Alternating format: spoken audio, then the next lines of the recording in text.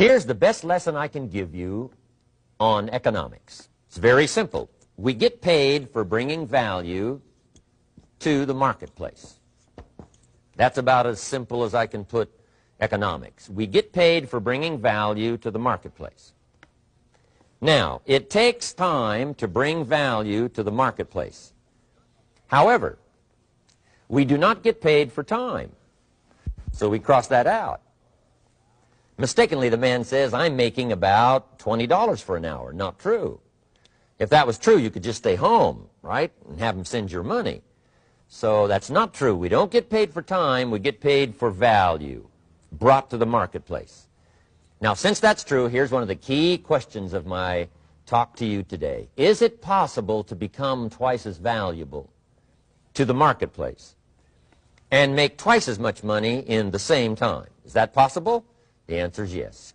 Could you become 3 times as valuable as you might be right now to the marketplace and make 3 times as much money in the same time? And the answer is yes. 5 times, 10 times? Of course.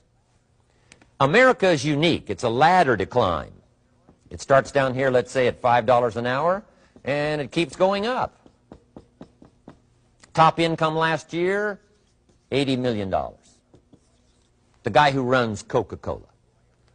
Now, that's a heck of a ladder. That's why everybody wants to come here. Now, there's some key questions to ask here. Why would the marketplace pay someone only $5 an hour? Very simple answer. They're not very valuable to the marketplace. But if you're not very valuable to the marketplace, you don't get much money. You say, well, it shouldn't be that way. Well, then you got to start your own country. You know, this one's been in process for 200 years, and this is the best we've been able to come up with so far. But here's the key. You don't have to stay here. Now, there was a big debate in Congress last year that this $5 was not enough, should be 6, should be 6, should be 6. But we don't need legislation. 6 is already on this ladder. The next step up. You know, if you work for McDonald's, they'll pay you $5 an hour to take out the trash. If you whistle while you take out the trash, they'll pay you $6 an hour. So we don't need that legislation. You just need to take lessons on how to whistle. Have a good attitude. Now, as you begin to climb this ladder, why would the marketplace pay some people $50 an hour? Answer, evidently, they must be more valuable to the marketplace. 10 times more valuable. And is that possible for someone to be 10 times more valuable and earn $50 an hour instead of 5? And the answer is yes. That's what America is all about. And would the marketplace pay one person $80 million for 1 year's work? And the answer is, of course. If you helped a company make $1 billion, would they pay you $80 million? I'm telling you, it is possible. And that's why America is so exciting. That's why this financial ladder is so exciting. It's possible for all of this to come true for all of you, no matter where you start. As a student in school, just getting started out there in the workplace, this is all possible for you. Now, Mr. Shoaff gave me the clue on how to climb this ladder as high as I wanted to climb. But here's what he said to me. In climbing this ladder economically, all you have to do is work harder on yourself than you do on your job. Once I heard that, it made sense to me. I kept hoping that everything else would change around me, found out that if I went to work on myself, worked on my skills, worked on my language, if I became better than I was each year, if I grew in skills and language and vocabulary and competence, then I would become attractive to the marketplace. Not very long ago, a company called me and said, Mr. Owen, we're expanding internationally. We'd like to have a bit of your expertise to help us. Would you give us a bit of your time? We'll add some millions to your fortune. And I said, okay. And I thought later, isn't that interesting they would call me? Then my second thought was, of course they'd call me. Who else would they call? I can get the job done. Now, what a contrast for me, farm boy from Idaho, raised in obscurity, parents of modest means, broke when I was 25. How come I would get a telephone call and someone offer me a lot of money to help them in expanding around the world? Simple answer, evidently. Something happened to me between age 25 and where I am today. And I can tell you where it all started. from my teacher, Mr. Schoaf, who said to me, we don't have to change what's going on out there. That's the wind that's blowing. All we have to do is change what's going on in here. And now there's several ways to do that on personal development. And let me give you those ways. Here's the first one. We must learn from personal experience. Pretty simple. Learn from what happens to you. Take a look back over the last few months. Did you make some mistakes? How could you correct those for the future?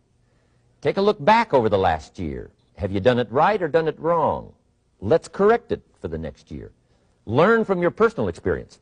Mr. Schoaf asked me when I first met him, he said, Mr. Owen, how are you doing? You've been out there now 6 years. And I said, I'm not doing very well. He said, I suggest you not do that anymore. What a simple, swift analysis to my situation. He said, if you keep doing it, the next 6 years will be like the last 6. You don't want that to happen. Let's make the changes. So learn from your personal experience. Now here's number 2, why I came to share this video experience with you today.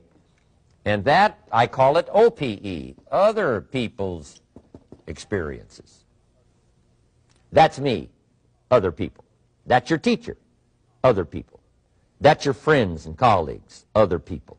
The people you meet that can pass along to you their experiences, what's happened to them, the mistakes they made, how they corrected them, how they changed their health and changed their bank account and changed their income and changed their future. That's it, other people. Now, there's 2 kinds of people to learn from. One is failures. It's too bad failures don't give seminars, right? That would be valuable. Bring your notebook. Have them tell you how they lost it all and threw it all away, threw their health away and threw their friendships away and things didn't work out well. That would be valuable. But now then we must also learn from positive, people that have done well. They've got the health, and so we ask them, how did you become so healthy? They've got the skills, so we ask them, how did you become this skillful? They've got the income, so we ask them, how did you get here in such a short period of time? So now here's what's important in personal development. In learning from other people, we learn, number 1, by observation. We learn what we see. We watch people that are successful in what they do. In sports, we watch their disciplines. In business, we watch their disciplines.